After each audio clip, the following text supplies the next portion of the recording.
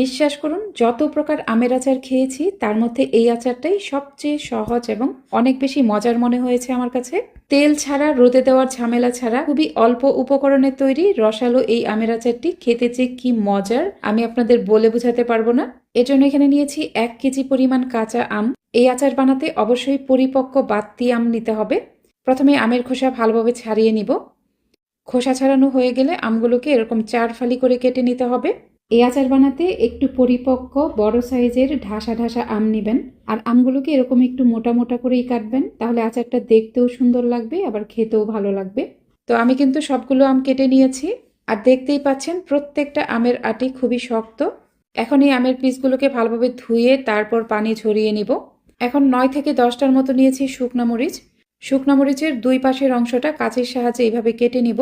প্রত্যেকটা মরিচ একইভাবে কেটে নেওয়ার পর মরিচের ভেতর থেকে বিচিগুলো বের করে নিতে হবে। এই আচারের ক্ষেত্রে মরিচের ভেতরে কোনো বিচি থাকা যাবে না। দেখুন, সবগুলো মরিচ থেকে কিন্তু বিচি বের করে নিয়েছি। এখন এই বিচি ছাড়িয়ে নেওয়া শুকনো মরিচগুলোকে কাঁচির সাহায্যে এভাবে কেটে নিব। একদম চিকন চিকন রিং পিস করে কেটে নেবেন। তো সবগুলো মরিচ কিন্তু আমি একইভাবে কেটে নিয়েছি। এখন আমি এরকম 2 টুকরা আদা নিয়েছি। আদা কিভাবে কেটে নিতে হবে সেটা আপনাদের দেখিয়ে দিচ্ছি। আদা অবশ্যই এরকম লম্বা চিকন করে কেটে নেবেন। এরকম একটু লম্বা লম্বা করে কাটবেন, তাহলে দেখতে সুন্দর লাগবে।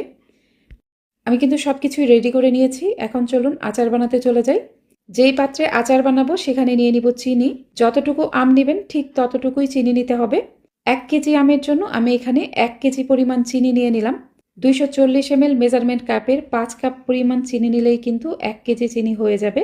তো চিনি দেওয়ার পর এখানে দিয়ে দিলাম হাফ কাপ পরিমাণ পানি, অর্থাৎ 120 ml পরিমাণ পানি দিয়েছি এখানে। আজকে এই কাশ্মীরি আচার বানানোর সবকিছুর সঠিক পরিমাপ A to Z সবকিছুই আপনাদের বলে দিব। অবশ্যই ভিডিওটি শুরু থেকে শেষ পর্যন্ত দেখবেন। এখানে হাফ কাপ পানি দিয়ে সবকিছু মিশিয়ে নেওয়ার পরেই কিন্তু আমি চুলা জ্বালিয়ে দিয়েছি। তো চুলার আঁচটা কিন্তু অনেক বেশি রাখবেন না। একটা বিষয় এখানে খেয়াল রাখতে হবে, চিনিটা যেন চুলার অনেক বেশি আছে একদম ক্যারামেলের মতো না হয়ে যায়। এখানে চিনির কালার একদমই নষ্ট করা যাবে না। চুলার কম আঁচে এভাবে নাড়তে থাকবেন। নাড়তে নাড়তে দেখবেন এখানে একটা লিকুইডি ভাব চলে আসবে। তো চুলার আঁচ কিন্তু অবশ্যই কমিয়ে রাখতে হবে, না হলে চিনিতে কালার চলে আসবে। তো নাড়তে নাড়তে দেখুন চিনিতে অনেকটা লিকুইডি ভাব চলে এসেছে। যখন এরকম একটা বলক চলে আসবে তারপর আমি এখানে দিয়ে দিব আদা কুচি। তো আদা দিয়ে একটু ফুটিয়ে নেওয়ার পরেই আমি এখানে দিয়ে দিব আম। আমগুলোকে কিন্তু ভালোভাবে ধুয়ে তারপর পানি ঝরিয়ে নিয়েছিলাম। আম দেওয়ার পর এই চিনির শিরার সাথে ভালোভাবে মিশিয়ে নিতে হবে। আর এ পর্যায়ে কিন্তু চুলার আঁচ বাড়িয়ে দিতে হবে। যখন এখানে আম দিবেন তারপরেই কিন্তু চুলার আঁচ বাড়িয়ে দিবেন, কারণ আম থেকে পানি বের হয়ে শিরাটা অনেক পাতলা হয়ে যাবে।